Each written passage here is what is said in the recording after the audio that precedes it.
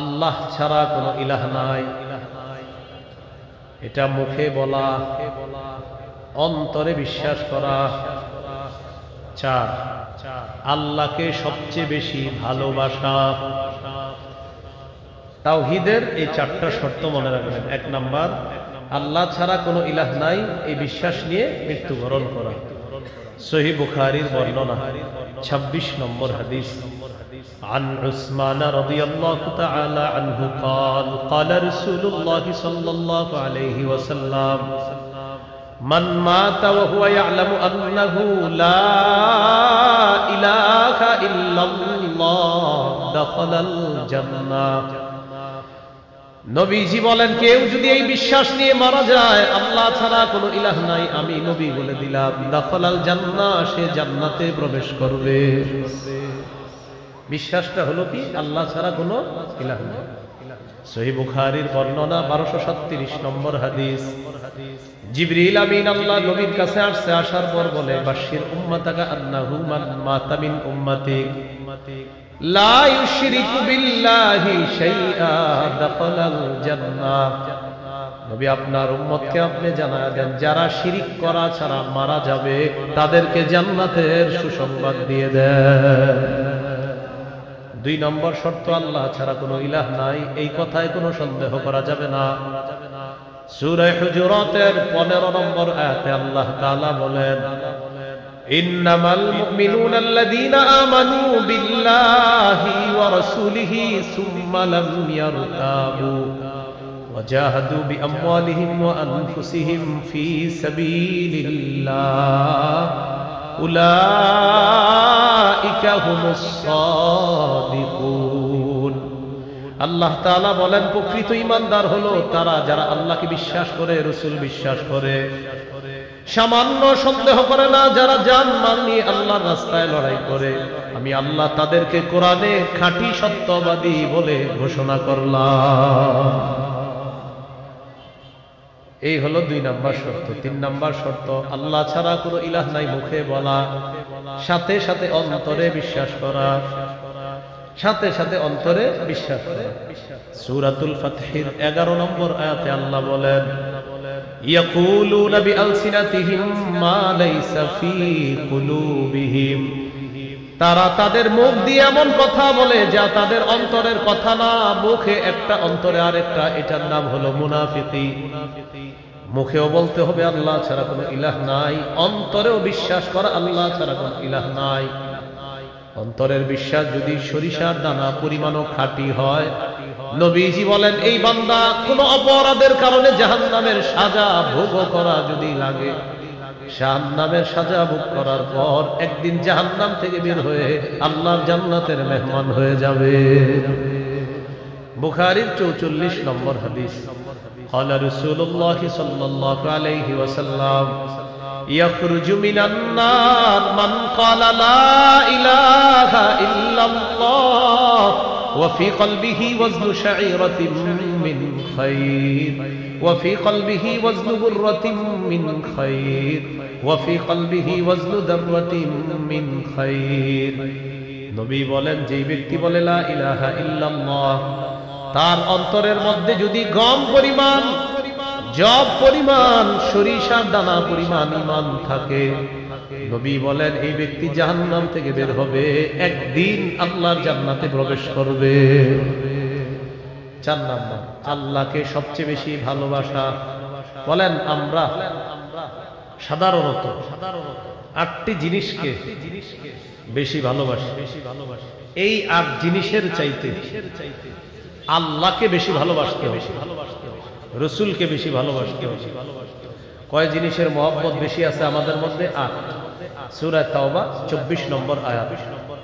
দেখেন, আমি আগে আয়াতটা পড়ি, এরপর আপনাদেরকে বলতেছি, গুনবেন।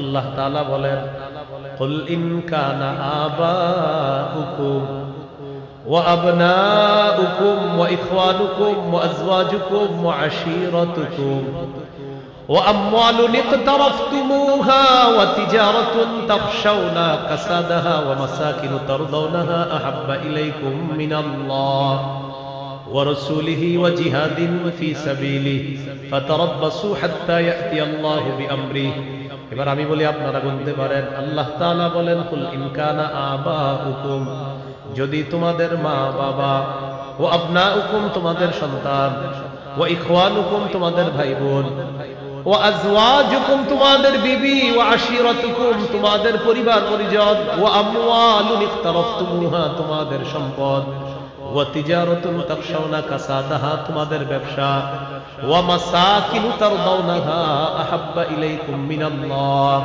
এবং তোমাদের বাসস্থান। এই 8টা জিনিস যদি আল্লাহ এবং তার রাসূলের চাইতে তোমাদের কাছে বেশি প্রিয় হয়ে যায়, জিহাদের চাইতেও যদি বেশি প্রিয় হয়ে যায়, ফাতারাব্বাসু অপেক্ষা করো, হাত্তা ইয়াতি আল্লাহু বিআমরি আল্লাহ তাআলা আযাব আনার অপেক্ষা করো। বলি নাউযুবিল্লাহ। 8 জিনিসের চেয়ে আল্লাহকে বেশি ভালোবাসতে হবে, মা বাবার চেয়ে, সন্তানের চেয়ে, পরিবারের চেয়ে, স্ত্রীর চেয়ে, পরিবার পরিজন আত্মীয় স্বজন যারা আছে তাদের চেয়ে, ব্যবসার চেয়ে, সম্পদের চেয়ে, আমার বাসস্থান আলিশান অট্টালিকার চেয়ে কাকে বেশি ভালোবাসতে হবে? আল্লাহকে বেশি ভালোবাসতে হবে। তাহলে বোঝা যাবে আপনি তাওহীদের 4 নম্বর শর্ত পূরণ করছেন। সহিহ বুখারীর 16 নম্বর হাদিস, ক্বালা রাসূলুল্লাহ সাল্লাল্লাহু আলাইহি ওয়াসাল্লাম। ভাই এই বক্সগুলো বন্ধ করে দেন তো, বক্সগুলো বন্ধ করে দেন। قال رسول الله بس قال رسول الله صلى الله عليه وسلم ثلاث من كن فيه وجد حلاوة الإيمان। নবীজি বলেন, কারো মধ্যে যদি 3টা বৈশিষ্ট্য থাকে সে ঈমানের স্বাদ অন্তরে আস্বাদন করতে পারবে। কয়টা বৈশিষ্ট্য বলেন তো? এই 3 বৈশিষ্ট্য দেখবেন আছে কিনা। এই মাহফিলের পরে যাইতে যাইতে চিন্তা করবেন আমার মাঝে 3টা আছে কিনা। 1 নম্বর, আইয়াকুনাল্লাহু ওয়া রাসূলুহু আহাব্বা ইলাইহি মিম্মা সিওয়াহুমা। 1 নম্বর, আল্লাহ এবং তার রাসূলকে সব কিছুর চাইতে বেশি ভালোবাসা। নিজেকে প্রশ্ন করবেন, আপনি আল্লাহকে বেশি ভালোবাসেন কিনা, রাসূলকে বেশি ভালোবাসেন কিনা, নিজেকে প্রশ্ন করবেন। প্রশ্ন করার পর উত্তরটা নিজেই চেয়ে নেবেন। দারুল উলুম খুলনা, এই খুলনা দারুল উলুম থেকে উলামায়ে কেরামের পরামর্শ মিটিং হওয়ার পর মনে করেন ঘোষণা হয়েছে যে খুলনা বড় মাঠে নবীর ইজ্জত নিয়ে একটা মিছিল হবে, মিটিং হবে। মুসলিম তাওহীদি জনতা যারা আছেন সবাই উপস্থিত হবেন। আপনাদের মাঝে অনেকে চিন্তা করলেন সবাই তো যাবে, আমি না গেলেও চলবে। অনেকে চিন্তা করলেন সবাই যাবে, আমি না গেলেও, এরকম নিজের চিন্তা করবেন, হ্যাঁ, যে আপনি নবীর ইজ্জত নিয়ে আপনার মনে কি আছে? আপনার মনে ঠিক ছিল এই কথা থাকা, কে গেল আর না গেল আমি আল্লাহ নবীর ইজ্জতের এই মিছিলে যাবই। এটা আপনার মানসিকতা যদি হতো তাহলে বোঝা যাইতো আপনি নবীজিরে বেশি ভালোবাসেন। নবীজি বলেন 1 নম্বর, আল্লাহ আল্লাহ রাসূলকে সবচেয়ে বেশি ভালোবাসা। 2 নম্বর, আইয়ুহিব্বাল মারআ লা ইউহিব্বুহু ইল্লা লিল্লাহ, কোন মুসলমানকে শুধু আল্লাহর জন্য ভালোবাসা। 3 নম্বর, ওয়া আইয়াকরাহা আইয়াউদা ফিল কুফরি কামা ইয়াকরাহু আইয়ুকযাফা ফিন নার, আগুনে পুড়ে যাওয়া যেমন আপনার কাছে অপছন্দ তেমনি ভাবে কুফরি করা এটাও আপনার কাছে অপছন্দ। কোটি কোটি টাকা আপনার সঙ্গে রাখলো, রাখার পর বললো তুমি আগুনে ঝাঁপ দাও, পুড়ে মরে যাও। আপনি বলবেন হেই মিয়া, আগুনে পুড়ে মারা যাওয়ার পর টাকা দিয়ে আমার কি হবে? তেমনি ভাবে কোটি কোটি টাকা রেখে যদি বলা হয় তুমি কুফরি করো, জবাব দিবেন আগুনে যেমন টাকার বিনিময়ে পড়তে আমি রাজি না, টাকার বিনিময়ে কুফরি করে জাহান্নামের আগুনেও পড়তে পারবো না। এটা যদি আপনি করতে পারেন আল্লাহ আপনার অন্তরের মধ্যে ঈমানের স্বাদ তৈরি করে দেন। এই হলো 3 বৈশিষ্ট্য। 1 নম্বর, আল্লাহ আল্লাহ রাসূলকে বেশি ভালোবাসা। তো মনে আসেনি তাওহীদের কয়টা শর্ত বলেন তো? 4টা। এই 4 নম্বর শর্ত হলো আল্লাহকে সবচেয়ে বেশি ভালোবাসা। এই 4 শর্ত পূরণ করে যেন আমরা কবরে যেতে পারি, আল্লাহ তৌফিক দান করেন। এই হলো আল্লাহু লা ইলাহা ইল্লাহু। এরপরে আল্লাহ তাআলা বলেন আল হাইয়ুল কাইয়্যুম, বলেন তিনি চিরঞ্জীব, তিনি চির প্রতিষ্ঠিত। চিরঞ্জীব মানে যাকে মৃত্যু স্পর্শ করে না। সূরা আর রহমানের 26-27 নম্বর আয়াত। এই আয়াতটা অনেকে শুনছেন পারেন। আল্লাহ তাআলা বলেন কুল্লু মান আলাইহা ফান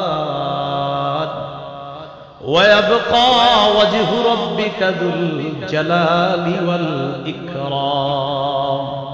সব ধ্বংস হয়ে যাবে, তোমার মহামহিম সম্মানের রব শুধু আল্লাহ থাকবেন, আর সবকিছু ধ্বংস হয়ে যাবে। তাহলে বলেন তো, সবকিছুকে মৃত্যু ধ্বংস স্পর্শ করবে, যাকে মৃত্যু স্পর্শ করবে না তিনি চিরঞ্জীব। তিনি কে?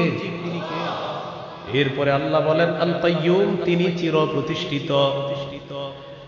এই মাদ্রাসার কোথাও দেখবেন লেখা আছে এই মাদ্রাসাটা প্রতিষ্ঠিত অমুক সালে, চির প্রতিষ্ঠিত লেখা নাই, লেখা আছে প্রতিষ্ঠিত। কারণ কারো সাহস নাই এটা লেখা চির প্রতিষ্ঠিত। মসজিদের সামনে লেখা থাকবে প্রতিষ্ঠিত, স্কুল কলেজ ইউনিভার্সিটির সামনে লেখা প্রতিষ্ঠিত। চির প্রতিষ্ঠিত লেখার সাহস কারো আছে? না, কেউ লেখবে। চির প্রতিষ্ঠিত একমাত্র একজন, তিনি কে? আসমানের দিকে তাকাই, জমিনের দিকে তাকাই, আল্লাহ তাআলা বলেন আসমান প্রতিষ্ঠিত, জমিন প্রতিষ্ঠিত, তবে চির প্রতিষ্ঠিত না। সুবহানাল্লাহ। এই আজকে মাহফিল থেকে যাওয়ার সময় আসমানের দিকে তাকাইবেন, সত্যি সত্যি তাকাইবেন, তাকায় চিন্তা করবেন মাশাআল্লাহ, আল্লাহ কেমনে আসমানটা দাঁড়ায় আছে। আল্লাহ বলে কেমনে বুঝো না আমার হুকুমে? সুবহানাল্লাহ। সূরা রুমের 25 নম্বর আয়াত, 21 নম্বর পারা, 6 নম্বর পৃষ্ঠা, হাফিজ কোরআন মাজিদ, একদম শুরুর আয়াতটা সূরা রুমের 25 নম্বর আয়াতে আল্লাহ বলেন ওয়া মিন আয়াতিহি আন তাকুমাস সামাউ ওয়াল আরদু বিআমরি। আল্লাহ তাআলা বলেন আল্লাহ নিদর্শনাবলীর মধ্যে এটা একটা নিদর্শন, আসমান দাঁড়িয়ে আছে, প্রতিষ্ঠিত আছে আল্লাহর হুকুমে, জমিন প্রতিষ্ঠিত আছে আল্লাহর হুকুমে। আজকে বাসায় যাওয়ার সময় আসমানের দিকে তাকাইবেন আর চিন্তা করবেন খুঁটি ছাড়া আসমান এইভাবে প্রতিষ্ঠিত আছে কিভাবে? আল্লাহ তাআলা বলেন আমার হুকুমে প্রতিষ্ঠিত আছে। জাননি কেন রাখলাম ওয়াজআলনাস সামাআ সাকফাম মাহফুজা। তোমরা মানুষ দুনিয়াতে থাকবা, এই তোমাদেরকে সুরক্ষা করার জন্য আমি আল্লাহ আসমানকে ছাদ হিসাবে করে দিলাম। সুরক্ষিত ছাদ, বলেন কি ছাদ? সুরক্ষিত ছাদ। তো এটা হলো 1 নম্বর কাজ করবেন আজকে ইনশাআল্লাহ। আজকেই করবেন এটা, যাওয়ার সময় জমিনের দিকে তাকাইবেন, তাকানোর পর চিন্তা করবেন জমিন কিভাবে প্রতিষ্ঠিত আছে। আল্লাহ তাআলা বলেন বুঝো না কিভাবে আছে, আমার হুকুমে জমিনটা প্রতিষ্ঠিত আছে। এবার আপনি চিন্তায় আনবেন জমিন তো হেলে দুলে পড়ে যাওয়ার কথা, জমিনের নিচে পানি আর পানি, পানির উপরে আমরা ভাসমান থাকার কথা, জমিন এদিক সেদিক নড়ার কথা। আপনারা এই জায়গায় স্থির বসে আছেন, আমিও স্থির বসাই, চেয়ারটাও স্থির বসে আছে। আল্লাহ তাআলা বলেন ওয়াজআলনাল জিবালা আওতাদা, আমি জমিনের উপর মজবুত পাহাড় বসায় দিলাম, পেরেক হিসাবে, পেরেক হিসাবে বসায় দিলাম। এই পেরেক হিসাবে পাহাড় বসিয়ে দিয়ে জমিনের নড়াচড়া বন্ধ করে এই জমিন তোমাদের জন্য বসবাসের উপযোগী করে দিলাম। তাহলে বলেন তো জমিন প্রতিষ্ঠিত, আসমানও প্রতিষ্ঠিত কার হুকুমে? জমিন চির প্রতিষ্ঠিত, আসমান চির প্রতিষ্ঠিত না, মাদ্রাসাটা চির প্রতিষ্ঠিত না, চির প্রতিষ্ঠিত একজন। এই তো বলেন কে? এটাই আল কাইয়ুম। এবার আমার সাথে মহব্বতের সাথে সবাই পড়বেন, বলেন ইয়া হাইয়ু ইয়া কাইয়ুম, ইয়া হাইয়ু ইয়া কাইয়ুম। এটা বুদ্ধি শিখেন। আপনি পেরেশানিতে আছেন, মেয়েটার বিয়ে হচ্ছে না, চেষ্টা চালাইতেছেন 2-3 বছর, অনেক ঘটক ধরতেছেন। আপনি ইদানিং কিছু ঋণ হয়ে গেছেন, পরিশোধ হচ্ছে না, আগের মতো বরকত হচ্ছে না। আপনার মাছের ঘের আছে, এদিকে মাশাআল্লাহ মানুষের মাছের ঘের আছে, মনে হয় অনেকের মাছের খামার বা প্রজেক্ট আছে।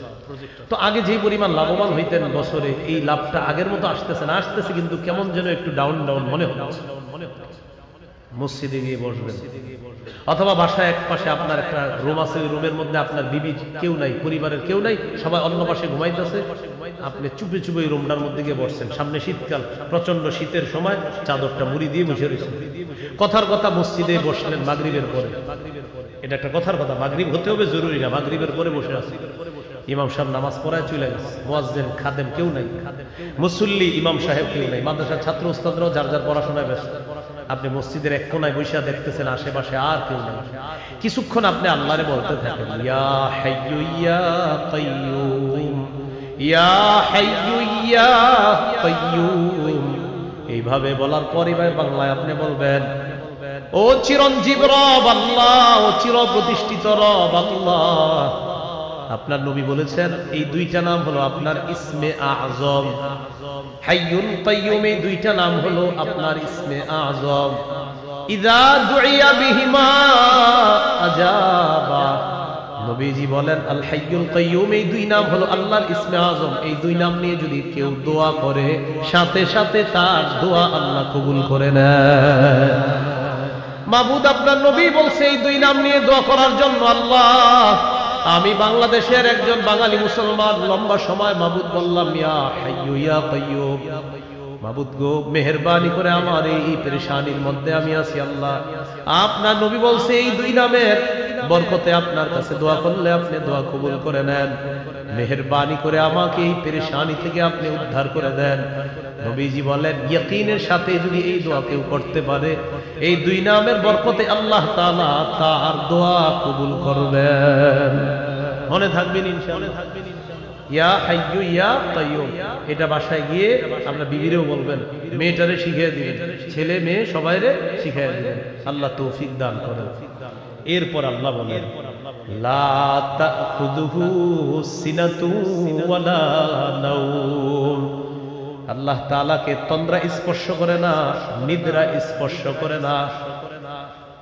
ইবনে মাজার বর্ণনা, আল্লাহ নবী বলেন ইন্নাল্লাহা লা ইয়ানামু ওয়া লা ইয়ানবাগি লাহু আইয়ানামা। আমার সাথে একটু বলেন, বলেন নিশ্চয়ই আল্লাহ তাআলা ঘুমান না। ঘুমানো আল্লাহর জন্য শোভা পায় না। নবীজি বলেন নিশ্চয়ই আল্লাহ ঘুমান না, ঘুমানো আল্লাহর জন্য শোভা পায় না।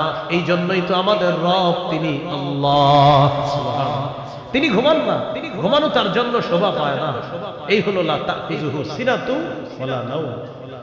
এরপরে আল্লাহ বলেন লাহু মা ফিস সামাওয়াতি ওয়া মা ফিল আরদ। লাহু, তার জন্যই, মা ফিস সামাওয়াতি ওয়া মা ফিল আরদ, আসমান জমিনের যা কিছু আছে সব কিছুই তার। বলেন তো আসমান কার, জমিন কার? আসমান জমিনের মাঝে এই সৃষ্টি আছি আমরা, আমরা কার? বুঝে শুনে বলবেন আসমান কার, জমিন কার?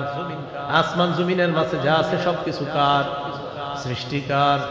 তাহলে সৃষ্টি কিভাবে চলবে, এই হুকুম হবে কার?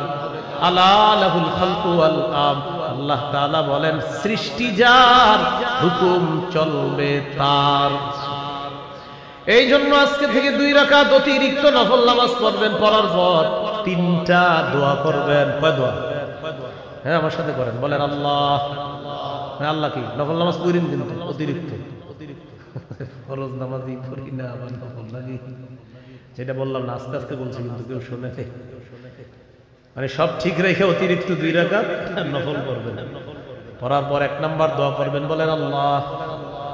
জোরে বলেন, কিয়ামতের আগে বাংলাদেশে আর কখনো কোন নারী প্রধান যেন না হয়। কি প্রধান যেন না হয়? এবার আপনারা আমারে জিজ্ঞাসা করেন কেন? জোরে জিজ্ঞাসা করেন, আরো জোরে।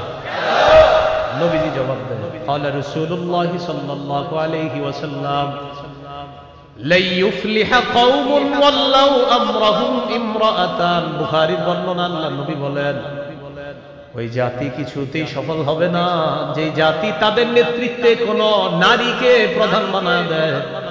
এই জাতি কখনোই সফল হবে না। আমি আপনি বুঝি আর না বুঝি এখনো যদি মাথায় রাখি যে আমাদের কোন প্রধান কোন নারী হবে, আল্লাহর কসম কোটি কোটি পৃষ্ঠার মধ্যে লিখে রাখেন কখনোই আমরা সফল হব না। আমার নবীর কথা একদম সত্যি কথা। এটা হলো 1 নাম্বার দোয়া। 2 নাম্বার দোয়া বলেন আল্লাহ, মরার আগে বাংলাদেশে শরিয়া আইন দেখিয়ে যেতে চায়। শরিয়া আইন চায় না তারা, বলেন, কোন না কোন অপরাধে অপরাধী যারা, কোন না কোন অপরাধে অপরাধী যারা, বলেন, শরিয়া আইন চায় না তারা। শরিয়া আইন চায় না তারা, কোন না কোন অপরাধে অপরাধী যারা। চোর শরিয়া আইন চাইবে না, হাত কাটা যাবে। ধর্ষক শরিয়া আইন চাইবে না, পাথর মেরে হত্যা করা হবে। শরিয়া আইন চালু যদি হয়, বিগত দিনে আমাদের দেশে যেগুলি চুরির বিচার যদি করা হয়, তাহলে এই দেশের হায়াত শেষ হয়ে যাবে। এই জন্য শরিয়া আইন চায় না তারা, কোনো না কোনো অপরাধে অপরাধী যারা। তো 2 নম্বর দোয়া, আল্লাহ এ দেশে আপনি শরিয়া আইন চালু করবেন। 3 নম্বর দোয়া, বলেন, হে আল্লাহ, সূরা হজের বলেন 41 নম্বর আয়াত অনুযায়ী 4 গুণ সম্পন্ন একজন শাসক বাংলাদেশের জন্য তৈরি করে দেন। এটা হলো 3 নম্বর দোয়া, বুঝছেন?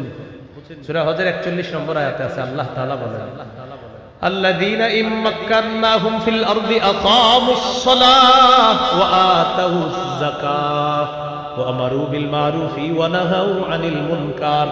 আল্লাহ তাআলা বলেন, যাদেরকে আমি রাষ্ট্র ক্ষমতায় বসাই তাদের মৌলিক কাজ হবে 4টা। কয়টা? আর জোরে। 1 নাম্বার নামাজ কায়েম করা, 2 নাম্বার যাকাতের বিধান চালু করা, 3 নাম্বার সৎ কাজের আদেশ করা, 4 নাম্বার অসৎ কাজের নিষেধ করা। এই 4 গুণওয়ালা একজন শাসক আল্লাহর কাছে যাবে। অতিরিক্ত 2 রাকাত নামাজ পড়বেন না ইনশাআল্লাহ। লাহু মা ফিস সামাওয়াতি ওয়া মা ফিল আরদ। আসমান জমিনের সবকিছু তার। বলেন, আসমান জমিনের সবকিছু কার? আসমান কার? জমিন কার? আসমানে যারা আছে সৃষ্টি কার? আইন চলবে কার? এখন আমি একটা বুদ্ধি দিই, শোনেন। এই ওয়াজ যে করার পরে আপনারা কি করবেন? হুজুর তো ওয়াজ করে চলে গেলেন না, আপনারা সবাই ওয়াজ করবেন এই ওয়াজটা আগামীকাল থেকে। কিভাবে? চা দোকানের সামনে মুরব্বী কাকার সাথে দেখা, আসসালামু আলাইকুম কাকা, কেমন আছেন? ভালো আছে। কাকা কি অবস্থা, চলেন একটু কথা বলি। আসমান কার? কাকা বলবে, হই মিয়া বুঝো না বাবা, আসমান আবার কার? আল্লাহ। তো বলবেন জমিন কার? তো কাকায় বলবে আল্লাহ। বলবেন কাকা আপনি কার? বলবে আমি কার? আল্লাহ। তো কাকারে বলবেন কাকা আমি কার? বলবে তুমিও আল্লাহ। এবার বলবেন কাকা তো আমি আর আপনি যে চলবো হুকুম হবে কার? কাকা না বুঝেও মুখ দিয়ে বলে ফেলবে আল্লাহ। এইভাবে আপনি 10 জনের মুখ থেকে কথাটা বের করতে হবে। এরে বুঝাইতে হবে আপনি যে যেই পার্টি করে তার কাছে কাছে পার্সোনাল গিয়ে প্রত্যেকে ওয়াজ করবেন, ভাই শোনেন, আসমান কার? তো বলবে আল্লাহ। জমিন কার? আল্লাহ। গাছপালা পাহাড় পর্বত কার? বলবে আল্লাহ। আচ্ছা ভাই সৃষ্টি কার? বলবে আল্লাহ। আচ্ছা বলেন তো আপনি কার? বলবে আমিও আল্লাহ। তো আমি কার? বলবে তুমিও আল্লাহ। আচ্ছা বলেন তো আমি আপনি যে দুনিয়াতে চলবো হুকুমটা হবে কার? বলবে বুঝো না কার? আল্লাহ। এ কিন্তু না বুঝেও করে ফেলছে। এইভাবে প্রত্যেকের মুখ দিয়ে কথাগুলা বের করার, সত্যি বলছি অনেক বড় কাজ হবে এগুলা মুখ দিয়ে বের করা। আল্লাহ আমাদের সকলকে এরকম পার্সোনাল ওয়াজ হওয়ার তৌফিক দান করুন। সবাই আপনারা কালকে থেকে ওয়াজ করবেন, এইভাবে বলবেন ভাই, বলবেন ভাই, পারবেন না ইনশাআল্লাহ? এই হলো লাহু মা ফিস সামাওয়াতি ওয়া মা ফিল আরদ। এরপর আল্লাহ বলেন, মান যাল্লাযী ইয়াশফাউ ইনদাহু ইল্লা বিইজনিহি। ধমক, কে আছে এমন আল্লাহর হুকুম ছাড়া আল্লাহর কাছে সুপারিশ করতে পারে? সূরাতুন নাজমের 26 নম্বর আয়াতে আল্লাহ তাআলা বলেন, ওয়া কাম মিন মালাকিন ফিস সামাওয়াতি লা তুগনি শাফাআতুহুম শাইআ ইল্লা মিন বাদি আইয়াদানাল্লাহু লিমান ইয়াশাউ ওয়া ইয়ারদা।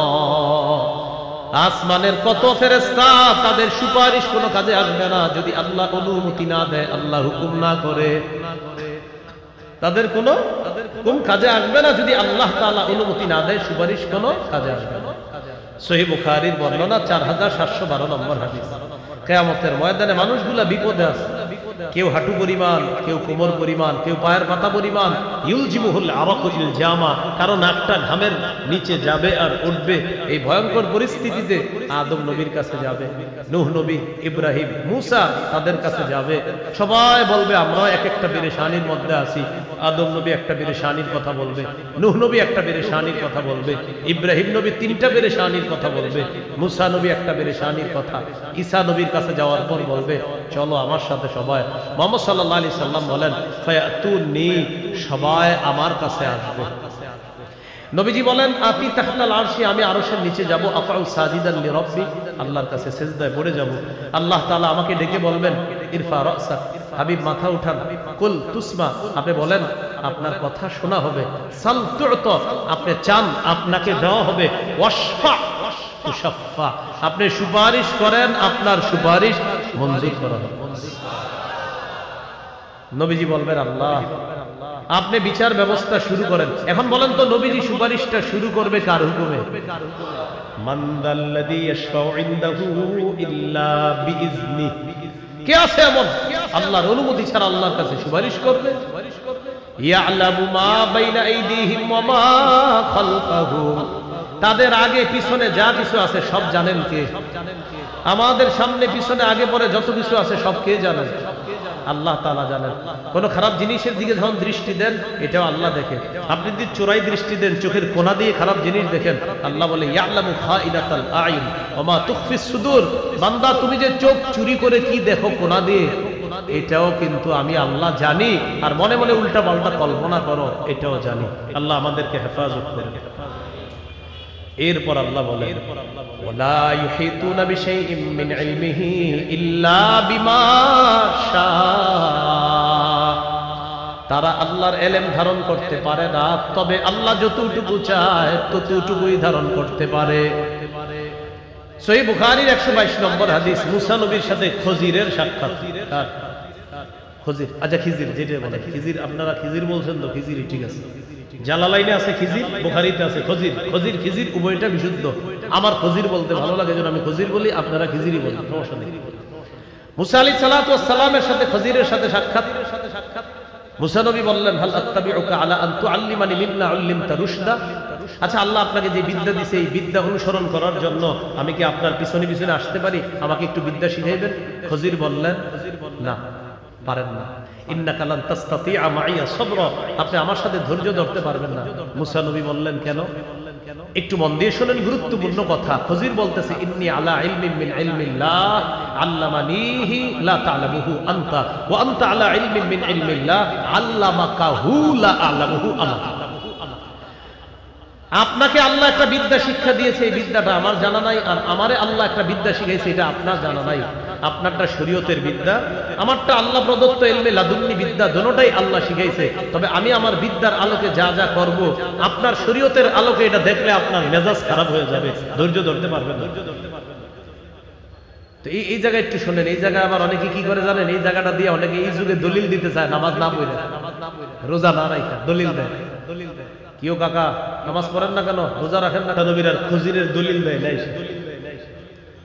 তো যাই হোক, খজির আর মুসা নবী কথা বলতেছে, দুইজন নদীর পাড় দিয়ে চলতেছে, নৌকায় উঠবে। ফাহামালুহুমা বিলা নাউলিন, নৌকায় উঠাইছে নৌকার মাঝি, ভাড়া ছাড়াই উঠাইছে দুজনে, খজিরকে চিনে ফেলছে মাঝি। এখন হলো মূল আলোচনাটা শুনেন, যে জায়গাটা বলার জন্য আমি হাদিসটি শুনাই দিচ্ছি। একটা চড়ুই পাখি আসছে, আইসা নৌকায় বসছে। বসার পর চড়ুই পাখির ঠোঁটটা সমুদ্রের মধ্যে ভিজাইছে, নাকরা নাকরাতান আও নাকরাতাইন, একবার অথবা দুইবার। আপনারা একটু বলেন তো, চড়ুই পাখির ঠোঁটের মধ্যে আধা কেজি, 1 কেজি বা পুনে 1 পা বা 1 পা পানি আসছে, কতটুকু? মাশাআল্লাহ 1 ফোঁটা, এরকমই হবে। খজির মুসা নবীকে বললেন, মুসা আমার এলেম আর আপনার এলেম, আল্লাহর এলেমের মোকাবেলায় চড়ুই পাখির ঠোঁটের ওই 1 ফোঁটা পানি আর আমার আপনার এলেমের কাছে আল্লাহর এলেম হলো গোটা মহাসমুদ্র। তাহলে নবীর বিদ্যা যদি আল্লাহর বিদ্যার কাছে হয় ফোঁটা, আপনারা এই যুগে যে বলেন হুজুর আপনি যে কি একজন, ছিটা, ওটা তো ছিল ফোঁটা, এই যুগে হবে ছিটা। এই জন্য কোরআন হাদিসের বিদ্যা শিখলে কখনো শুকরিয়া আদায় করবেন, বেশি বেশি অহংকার করা যাবে না। একটা সূরা শিখলে 100 বার শুকরিয়া আদায় করবেন যে আল্লাহর কত মহান, আল্লাহর কালাম আমারে আল্লাহ শিখাইছে। আপনার ছেলে যদি এক পারা মুখস্থ করে বেশি বেশি শুকরিয়া আদায় করবেন আর নামাজ পড়বেন, আল্লাহ আপনি কত মহান, আমার মতো একটা রিক্সা চালকের ছেলেকে আপনি কোরআন শিখাইছেন এক পারা, আমার মতো একটা দরিদ্র মানুষ কৃষক মানুষের ছেলেকে আপনি তার সিনায় কোরআন দিয়েছেন, আল্লাহ এইভাবে শুকরিয়া আদায় করবেন। তাহলে বলেন আমার সাথে, কোরআন হাদিসের বিদ্যা বলেন শুকরিয়ার বিষয়, অহংকারের বিষয় না। তাহলে কোরআন হাদিসের বিদ্যা আমাদেরকে যেন অহংকারী না বানায়, আমাদের যেন শুকর গুজার বানায়। আল্লাহ কথাগুলো মনে রাখার তৌফিক দান করে। তাহলে অহংকার কি দিয়ে করবে? আছেই তো ছিটাফোঁটা। এই জন্য অহংকারের কিছু নাই, শুকরিয়া আদায় করার বিষয়। ওয়ালা ইউহিতুনা বিশাইইন মিন ইলমি ইল্লা বিমা শাআ। তারা আল্লাহর ইলম ধারণ করতে পারে না ততটুকু পারে যতটুকু আল্লাহ তাআলা চায়। ওয়াসিআ কুরসিয়্যুহুস সামাওয়াতি ওয়াল আরদ। আসমান জমিন বেষ্টন করে আছে আল্লাহর কুরসিটা, পুরো আসমান জমিন বেষ্টন করে আছে। ওয়ালা ইয়াউদুহু হিফযুহুমা। আসমান জমিন সংরক্ষণে আল্লাহকে ব্যাক পেতে হয় না, আল্লাহর কোনো কষ্ট হয় না, কোনো ক্লান্তি হয় না আল্লাহ তাআলার। ওয়া হুয়াল আলী, তিনি সুউচ্চ সুমহান, আল আযীম, তিনি চিরমহান। আল্লাহ তাআলা সবচেয়ে ঊর্ধ্বে, আল্লাহ তাআলা মহান। আয়াতুল কুরসির এই আমলগুলা, আয়াতুল কুরসির এই শিক্ষা, তাওহীদের 4 শর্ত, ইলম, এটা শুকরিয়া আদায় করার বিষয়, গৌরবের আর অহংকার করার বিষয় না।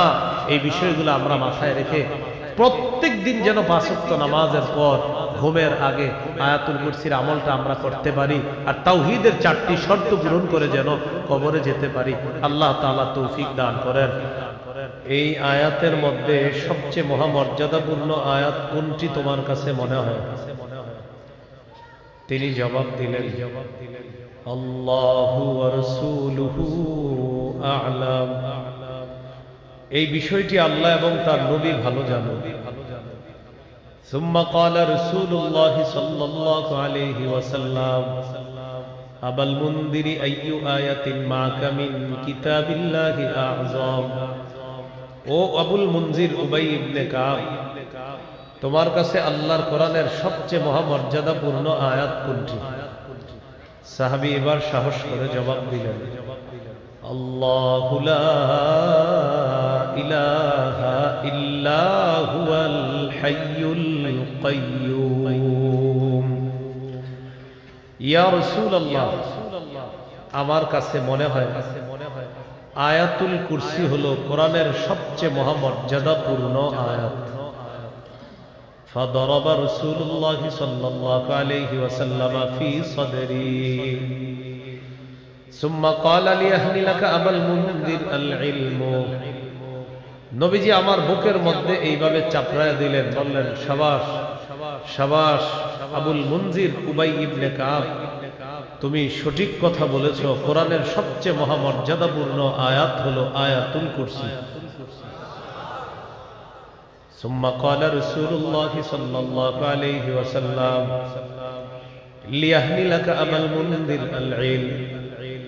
সর্বশেষ নবীজি দোয়া করলেন, ও উবাই ইবনে কাব, তুমি যেই বিদ্যার, যে জ্ঞানের আলোকে বললা আয়াতুল কুরসি কোরআনের সবচেয়ে মহামর্যাদাপূর্ণ আয়াত, তোমার জ্ঞান সঠিক জ্ঞান, তোমার জ্ঞান যেন তোমার জন্য আনন্দদায়ক হয়, তোমার জ্ঞানে যেন আল্লাহ ভরপুর বরকত দান করেন। আয়াতুল কুরসি কোরআনের সমস্ত আয়াতের সর্দার, লিডার। তিরমিজির হাদিস 2878 নম্বর হাদিস। এই হাদিসের বর্ণনাকারী আবু হুরায়রা রাদিয়াল্লাহু তাআলা তিনি বলেন, عن أبي هريرة رضي الله تعالى عنه قال قال رسول الله صلى الله عليه وسلم لكل شيء سنام وإن سنام القرآن سورة البقرة فيها آية هي سيدة آي القرآن هي آية الكرسي। রাসূলুল্লাহ সাল্লাল্লাহু আলাইহি ওয়াসাল্লাম বলেন, প্রত্যেকটা জিনিসের সর্বোচ্চ একটা চূড়া আছে, শাখা আছে। পবিত্র কোরআনের সর্বোচ্চ শাখা হলো সূরাতুল বাকারা। সূরা বাকারায় একটি আয়াত আছে, এই আয়াত হলো কোরআনের সমস্ত আয়াতের লিডার, সর্দার, নেতা। নবী বলেন এই আয়াতটি হলো আয়াতুল কুরসি। আয়াতুল কুরসি কোরআনের সব আয়াতের সর্দার। হাদিসের একটা কিতাব আছে নাম মাজমাউজ জাওয়ায়েদ। এই কিতাবের 6 নম্বর খণ্ড 324 নম্বর পৃষ্ঠা। قال رسول الله صلى الله عليه وسلم والذي نفسي بيده إن لها لسانا وشفتين تقدس الملك عند ساق العرش। নবীজি বলেন আল্লাহর কসম, আয়াতুল কুরসির একটা জিহ্বা আছে, দুইটা ঠোঁট আছে। এই জিহ্বা আর ঠোঁট দিয়ে আল্লাহর আরশের কাছে আয়াতুল কুরসি সদা সর্বদা আল্লাহর পুত পবিত্রতা বর্ণনা করছে। প্রত্যেক ফরজ নামাজের পর সবাই আয়াতুল কুরসি পড়ব, বলেন ইনশাআল্লাহ। আজকে আসার পরে যারা যারা পড়েন নাই পড়ে নেবেন ইনশাআল্লাহ। বুলুগুল মারাম হাদিসের কিতাব 97 নম্বর হাদিস। قال رسول الله صلى الله عليه وسلم من قرأ آية الكرسي دبر كل صلاة مكتوبة لم يمنعه من دخول الجنة إلا الموت। নবীজি বলেন 5 ওয়াক্ত নামাজের পর যে ব্যক্তি নিয়মিত আয়াতুল কুরসি তেলাওয়াত করবে তার আর জান্নাতের মাঝে বাধা হলো শুধু মৃত্যু। সে মৃত্যুবরণ করবে আর আল্লাহর জান্নাতের মেহমান হয়ে যাবে। আজকে একটু পরে বাসায় যাবেন আপনার, আল্লাহ চাইলে বাসায় যাওয়ার পর বিছানায় যখন যাবেন তখন আয়াতুল কুরসি পড়বেন। মরণ পর্যন্ত যতক্ষণ স্মৃতিশক্তি থাকবে এ আমল মিস করবেন না ইনশাআল্লাহ। সহিহ বুখারীর বর্ণনা 2311 নম্বর হাদিস। এই হাদিসের বর্ণনাকারী আবু হুরায়রা রাদিয়াল্লাহু তাআলা। সদকাতুল ফিতরের মাল জমা করা হয়েছে। এই মাল পাহারা দেওয়ার দায়িত্ব আবু হুরায়রা রাদিয়াল্লাহু তাআলা আনহুকে দেওয়া হয়েছে।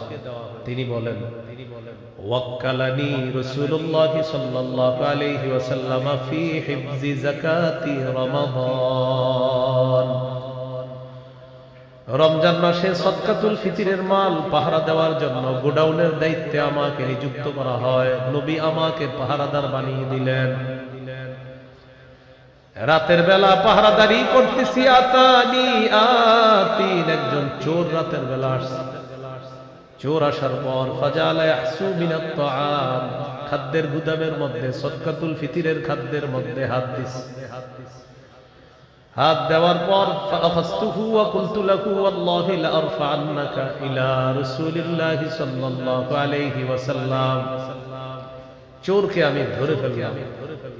আমি তাকে বললাম আল্লাহর কসম আমি তোমাকে আল্লাহর নবীর কাছে উপস্থিত করব। চোর আমাকে ডেকে বলে আবু হুরায়রা ইন্নী মুহতাজ ওয়া লি ইয়ালুন ওয়া লি হাজাতুন শাদীদা। আবু হুরায়রা আমি অভাবী মানুষ, আমার দায়িত্বে আমার পরিবার আছে, আমার ছোট ছোট সন্তান, আমার প্রচন্ড অভাব, অভাবের যন্ত্রণায় চুরি করতে আসছি, মেহেরবানি করে আমাকে ছেড়ে দাও। ওয়াদা করলাম লা আউদু, আর আমি কখনো চুরি করতে আসব না। মায়া লাগছে, চোরের প্রতি মায়া হয়েছে, ছেড়ে দিয়েছে। পরের দিন সকালবেলা আবু হুরায়রা রাদিয়াল্লাহু তাআলা রাসূলুল্লাহ সাল্লাল্লাহু আলাইহি সাল্লামের কাছে গেলেন। রাতের চুরির ঘটনা, চোর যা ঘটিয়েছে এটা জানানোর জন্য গেলেন। আবু হুরায়রা রাদিয়াল্লাহু তাআলা ঘটনা বলার আগেই নবীজি বলতেছেন মা ফাআলা আসিরুকাল বারিহাতা ইয়া আবু হুরায়রা। নবীজি বললেন আবু হুরায়রা তোমার বন্দী, তোমার চোর তোমার সাথে গত রাত কি আচরণ করেছে, তোমার বন্দী তোমার সাথে কি করেছে তুমি বলো। এর মানে আবু হুরায়রা ঘটনা বলার আগে আল্লাহ তাআলা ওহীর মাধ্যমে পুরা ঘটনা নবীকে জানিয়ে দেন। আবু হুরায়রা রাদিয়াল্লাহু তাআলা আনহু জবাব দিলেন শাকা হাজাতান শাদীদাতান ওয়া ইয়ালা। ইয়া রাসূলুল্লাহ, চোর অভাব অনটন পেশ করেছে, তার দায়িত্বে নাকি তার পরিবার আছে, তার প্রচন্ড অভাব, অভাবের যন্ত্রণায় সে চুরি করতে আসছে, আমার মায়া লাগছে। ফারাহিমতুহু ফাখাল্লাইতু সাবিলা, তার প্রতি আমি দয়া করলাম, আমি তাকে ছেড়ে দিলাম। ওয়াদা করছে আর কখনো চুরি করতে আসবে না। নবীজি বললেন কদ কাযাবাকা ওয়া ইন্নাহু সায়াউদ, চোর তোমাকে মিথ্যা কথা বলছে, চোর আবার আসবে। মিথ্যা বলছে, ও আসবে আবার। আবু হুরায়রা বলেন ফাআরাফতু আন্নাহু সায়াউদু লিকাউলিন নবী সাল্লাল্লাহু আলাইহি ওয়াসাল্লাম ইন্নাহু সায়াউদ। আবু হুরায়রা রাদিয়াল্লাহু তাআলা আনহু বলেন আমি নিশ্চিত হয়ে গেলাম চোর আবার আসবে, কারণ আল্লাহ নবী বলছে চোর আসবে, এর মানে নিশ্চিত চোর আবার আসবে। ফারাসাতুহু, দ্বিতীয় রাতে আমি ওত পেতে বসে রইলাম। ওত পাতা কারে কয়? এমনি রয়েছেন, আসো আসো আজকে আসো, হ্যাঁ এভাবে আসেন, আসো আসো আজকে আসবা, ধরবা। দ্বিতীয় রাতে চোর সাহেব চলে আসছে, ওই চোরই কালকে যে আসছে। আসার পর ফাজালা ইয়াহসু মিনাত তাআম, সাদকাতুল ফিতরের মালের মধ্যে হাত দিছে। আবু হুরায়রা বলেন চোরকে আমি আবার ধরলাম, ধরার পর গত রাত্রের চেয়ে চোর আজকের অভিনয়টা আরো সুন্দর করে করছে। গত রাত্রে যা বলছে আজকে আবার অভিনয়ের ধরন একটু পাল্টে গেছে। চোর বলে আবু হুরায়রা ওয়াদা করেছিলাম আমি আর আসবো না, অভাবের যন্ত্রণায় গত রাতে এসেছিলাম, অভাবের কারণে আবার আজকে আসছি। আবু হুরায়রা, যদিও ওয়াদা করেছিলাম আমি ওয়াদা ভঙ্গ করেছি, বুঝতে পারো নাই কতটা অভাবে থাকলে আবার আসি। কি সুন্দর কথা, আমি খুব অভাবী, এই জন্য আমি আবার আসছি, তুমি আজকের মতো ছেড়ে দাও, আমি আর আসবো না। তো দ্বিতীয় রাতের অভিনয় গত রাতের চেয়ে একটু সুন্দর হয়েছে, আজকেও ছেড়ে দিচ্ছে। পরের দিন নবীজির কাছে গেছে, নবীজি বললেন মা ফাআলা আসিরুকাল বারিহাতা ইয়া আবু হুরায়রা, আবু হুরায়রা গত রাতে চোরের কি খবর? আবু হুরায়রা বললেন ইয়া রাসূলুল্লাহ, গত রাতেও বলছে তার অনেক অভাব অনটন, ফারাহিমতুহু, তাই আমি তার প্রতি দয়া করলাম, ফাকাল্লাইতু সাবিলা, আমি তাকে ছেড়ে দিলাম। নবীজি বললেন ইন্নাহু ক্বাদ কাযাবাকা ওয়া ইন্নাহু সায়াউদ, চোর তোমাকে মিথ্যা কথা বলছে, চোর আবার আসবে। তৃতীয় রাত আবার আবু হুরায়রা প্রস্তুত হয়ে আছে। তৃতীয় রাত চোর আসছে, আসার পর ফাজালা ইয়াহসু মিনাত তাআম, খাবারে হাত দিছে। আবু হুরায়রা বলেন চোরকে আমি ধরলাম, ধরার পর বললাম আজকে আর কোন অভিনয়ে কাজ হবে না। লা আরফা'ন্নাকা ইলা রাসূলিল্লাহি সাল্লাল্লাহু আলাইহি ওয়াসাল্লাম, আমি অবশ্যই তোমাকে আল্লাহর নবীর দরবারে নিয়ে যাব, এর আগে তোমাকে ছাড়ব না। চোর বুঝতে পারছে গত 2 রাতে যে অভিনয় করেছিলাম আজকে আর এইগুলা বলে কোনো লাভ নাই। চোর এবার কৌশল পাল্টাইছে। আবু হুরায়রাকে বলে দানি উআল্লিমকা কালিমাত, আবু হুরায়রা তুমি আমাকে ছেড়ে দাও, বিনিময়ে আমি তোমারে কিছু বিদ্যা শিখাইয়া দেই, তোমার অনেক কাজে লাগবে। আমাকে তুমি ছেড়ে দাও, তোমারে কিছু বিদ্যা শিখাইয়া দেই, এটা কাজে লাগবে। হাদিসের শেষের দিকে আছে সাহাবায়ে কেরাম বিদ্যার প্রতি তাদের অনেক আগ্রহ। ভাই আওয়াজ বাড়ান, একটু কমায় দেন, একটু কমায় দেন, হালকা একটু কমান, হালকা একটু কমান। সাহাবায়ে কেরামের বিদ্যার প্রতি ছিল খুব আগ্রহ। তো আবু হুরায়রা রাদিয়াল্লাহু তাআলা আনহুর আগ্রহ আরো বেশি। কমান, একটু কমান, কমে নাই মনে হয়, আমি কমাইতে বলছি। হ্যাঁ একটু কমায় দেন, উপরের বাহিরের আওয়াজগুলো একটু কমাইলেই হবে, উপরের গুলা বাহিরের। ভাই মাশাআল্লাহ, ঠিক আছে। চোর বলতেছে আমাকে একটু ছেড়ে দাও, তোমাকে আমি বিদ্যা শিখাইয়া দিই, তোমার অনেক কাজে আসবে। সাহাবায়ে কেরাম বিদ্যার প্রতি খুব আগ্রহ ছিল। আমাদের যদিও ইলেকট্রনিক মিডিয়ার যুগে বিদ্যা টিদ্যা কে শিখে আসে? এই যুগে পরীক্ষাও সহজ, সবকিছুই সহজ, এত কিছুর দরকার হয় না।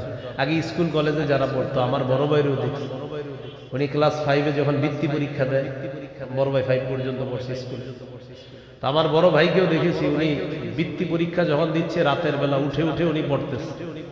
ওই সময় কোনো আপনার ইলেকট্রনিক মিডিয়ার যুগও ছিল না। তো এখন বুঝে আসে যে এত কষ্ট করে তারাও পড়ছে। এখনো এই আশেপাশের স্কুলের টিচারদেরকে জিজ্ঞাসা করবেন, তাদের ইতিহাস শুনবেন, তারাও রাত জায়গা পড়াশোনা করছে, যদিও জেনারেল শিক্ষা। এখন এত সহজ হয়ে গেছে সবকিছু আপনার, মাশাআল্লাহ, সব মাশাআল্লাহ।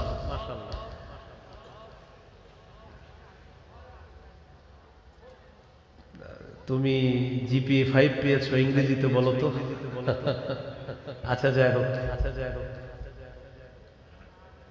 সাহাবায়ে কেরামের বিদ্যার প্রতি খুব আগ্রহ, ইলমের প্রতি খুব আগ্রহ। এর মাঝে আবার আবু হুরায়রা, তার আগ্রহ যে কত বেশি এটা নবীজি নিজেই বলছে, সুবহানাল্লাহ। সহিহ বুখারী 99 নম্বর হাদিস, তৃতীয় রাতে আছে আমরা, ওই যে তৃতীয় রাত চোর আসছে, মাথায় রেখেন, ওখানে আবার আসতেছে। সহিহ বুখারীর 99 নম্বর হাদিস। আবু হুরায়রা রাদিয়াল্লাহু তাআলা নবীজিকে প্রশ্ন করলেন, মান আসাদুন নাস বিশাফাআতিকা ইয়াউমাল কিয়ামাতি ইয়া রাসূলুল্লাহ, ইয়া রাসূলুল্লাহ, কিয়ামতের ময়দানে আপনার সুপারিশের মাধ্যমে কোন মানুষটা সবচাইতে সৌভাগ্যবান হবে আপনার কাছে জানতে চাই।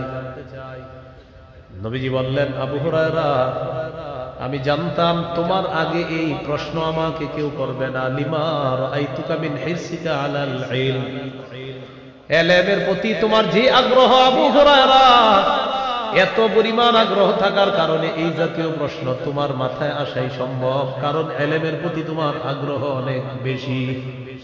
কে বলতেছে? নবীজি। আসাদুন নাস বিশাফাআতি ইয়াউমাল কিয়ামাতি মান ক্বালা লা ইলাহা ইল্লাল্লাহ খালিসাম মিন কিবালি নাফসি, যে ব্যক্তি এই বিশ্বাস নিয়ে মারা যাবে, অন্তর থেকে বলবে আল্লাহ ছাড়া কোনো ইলাহ নাই, কিয়ামতের ময়দানে আমার সুপারিশের মাধ্যমে এই মানুষটা সবচাইতে সৌভাগ্যবান বান্দা হয়ে যাবে। আবু হুরায়রা, তোমার ইলমের প্রতি অনেক আগ্রহ, এটা নবী বলতেছে। শুরুর দিকে কিন্তু ওনার এত মেধা ছিল না। আবু হুরায়রা রাদিয়াল্লাহু তাআলা আনহু বেশি মেধা ছিল না। ইসলাম গ্রহণ করার পর নবীজিরে পাইছে মাত্র আপনার 3 বছর। এই 3 বছর বা কম বেশি হবে, এত পরিমাণ বিদ্যা অর্জন করছে, মাশাআল্লাহ। 5000-এরও বেশি হাদিস আবু হুরায়রা রাদিয়াল্লাহু তাআলা বর্ণনা। ওই যুগেই সাহাবায়ে কেরাম জিজ্ঞাসা করছে, আবু হুরায়রা, তুমি এত হাদিস কিভাবে বলো, বলো তো। তা আবু হুরায়রা রাদিয়াল্লাহু তাআলা সাহাবীদেরকে জবাব দিয়েছে, মুসলিম শরীফের বর্ণনা। কয়, শোনো, আলা মিল ইবাতনি, আমি পেটে ভাতে নবীর দরবারে পড়ে থাকতাম। তোমাদের কেউ কৃষি কাজে যাইতা, কেউ ব্যবসায় যাইতা, আমি আল্লাহ নবীর দরবারে পড়ে থাকতাম। নবী বাসায় যায়, আমি দরজায় পড়ে থাকতাম। নবীজি বাসায় ঢুকছে তো আমি দরজার কাছে পড়ে থাকতাম। নবী খায়, আমি খাই, নবী খায় না, আমি খাই না। ক্লাসের মধ্যে যদি একজন ছাত্র কখনো পাওয়া যাইতো, আর কেউ নাই, ওই ছাত্রটার নাম আবু হুরায়রা। আবু হুরায়রা মসজিদের মধ্যে বসা, বুখারীর 119 নম্বর হাদিস। প্রথম দিকে ওনার মেধা অতটা শার্প ছিল না, মনে রাখতে পারতেন না। তো মসজিদে বসা, মনটা খারাপ, নবীজি আসছে। কিও আবু হুরায়রা? আবু হুরায়রা বলে, ইয়া রাসূলুল্লাহ, সামি'তু মিনকা হাদিসান কাসীরান ফাআনসা। ইয়া রাসূলুল্লাহ, আপনার কাছে আমি অনেক হাদিস শুনি, কিন্তু হাদিসগুলো মুখস্থ রাখতে পারি না, ভুলে যাই। নবীজি বললেন, উবসুত রিদাআকা, তুমি তোমার চাদরটা বিছাও। আবু হুরায়রা বলেন, আমি আমার চাদর বিছায়া দিলাম। চাদর বিছায়া দিলাম, এটারই চাদর মনে করে না, চাদর বিছায়া দিলাম। কি করলেন নবীজি? দেখেন, ফাগরাফা বিয়াদাই, নবীজি 2 হাত দিয়ে চাদরে কি যেন ঢাললেন,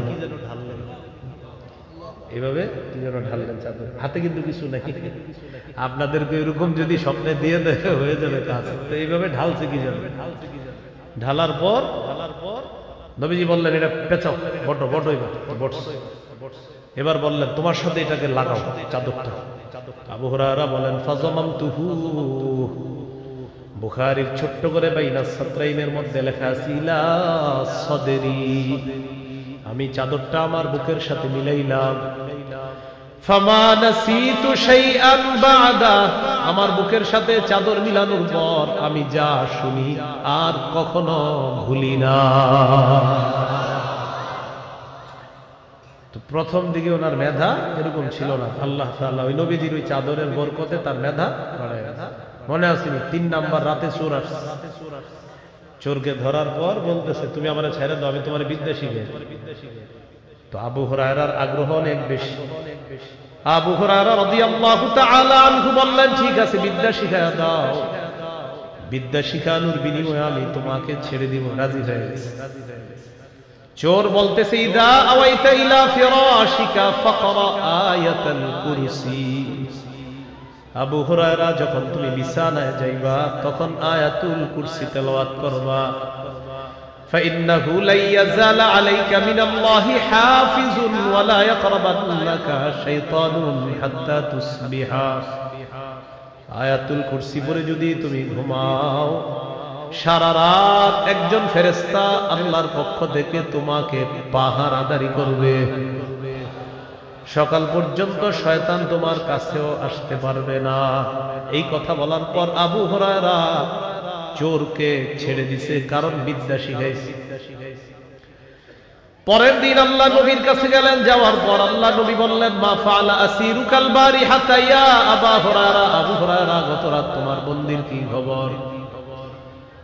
আবু হুরায়রা জবাব দেয়, ইয়া রাসূলুল্লাহ, গত রাত আমি দৃঢ় প্রতিজ্ঞাবদ্ধ ছিলাম চোরকে যে কোনো মূল্যে আপনার কাছে আনবো। হুজুর আমারে কয় বিদ্যা শিখাইয়া দিবে, বিদ্যার লোকটা আর সামলাইতে পারি নাই, এই জন্য শর্ত দিছে বিদ্যা শিখাবে, আমি ছেড়ে দিব।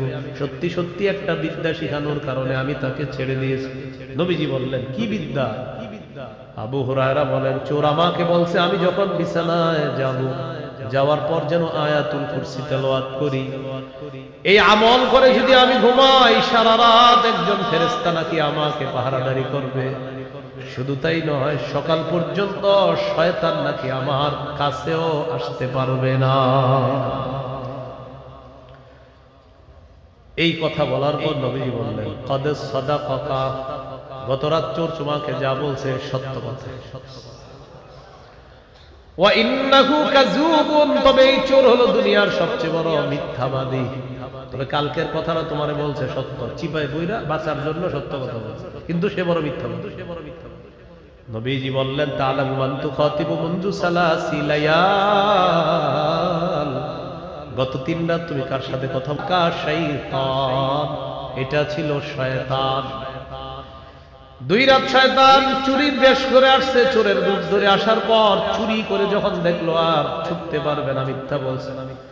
3য় রাত চুরি করার পর যখন বুঝতে পারছে কোনোভাবেই তুমি তাকে ছাড়বা না, এই জন্য কৌশলে তোমাকে একটা বিদ্যা শিখাইয়া দিচ্ছে। বিদ্যা শিখানোর পর চোর তোমার কাছে মানে শয়তান তোমার থেকে রেহাই পেয়েছে। এই জন্য আমরা রাতের বেলা আয়াতুল কুরসি এই টেনশনে পড়ব না যদি শয়তান না আসে। আয়াতুল কুরসি পড়বেন না এই টেনশনে যে পুইরা ফেললে যদি শয়তান আসে। আপনার যদি আয়াতুল কুরসি পড়েন তো শয়তান আর আসবে না। শয়তান যদি না আসে টিভি দেখা যাবে না, কারণ ইবলিস আইসা খোঁচায় যে আর বাস কি আছে, এখনো 1টা বাজে মাত্র, রাত বড় আছে, শীতকালে সেই 5টার পরে যাওয়া। ঢাকা মিরপুরে এখন 5:30-এ যাওয়া, আমি যেখানে থাকি এদিকে হয়তো 30-35 হবে, কমবে 40। আচ্ছা, তো এরকম হলো আপনার জামাতের নিয়ম। তো ইবলিস আপনারে বুঝাবে এত রাত আছে, আরেকটু দেখো টেলিভিশন না, আরেকটু দেখো। তো এই জন্য রাতে আয়াতুল কুরসি যদি পড়েন তাহলে তো ইবলিস আসবে না। এই টেনশনে অনেকে আয়াতুল কুরসি পড়ে না, পড়ে ফেললেই তো ইবলিস আসবে না। আর ইবলিস না আসলে আপনারে খোঁজাবে না। ফেসবুকটা আরেকটু দেখো, 3টা পর্যন্ত চালাইলে কি সমস্যা? আর দেশ নিয়ে যদি ইয়াং জেনারেশন তোমরা না ভাবো তো ভাববে কে বলো? এরকম আপনারা বুঝাবে। বুঝানোর পর কি করে জানেন? 4টা বাজে স্ট্যাটাস দেয়, স্ট্যাটাস দিয়ে আলেমদেরকে ইসলামের রূপরেখা শিখায়। যে ওলামায়ে কেরাম যদি এই পদ্ধতিতে চলতে পারে তাহলে আগামীতে ইসলাম কায়েম করা সম্ভব। ডিয়ার ফ্রেন্ডস, আজকের মতো গুড নাইট। এটা বলে সি ইউ টুমরো, আগামীকাল তোমাদের সাথে আবার দেখা হবে। বাস গুড নাইট। উনি ঘুমায় গেল। উনি ইসলামের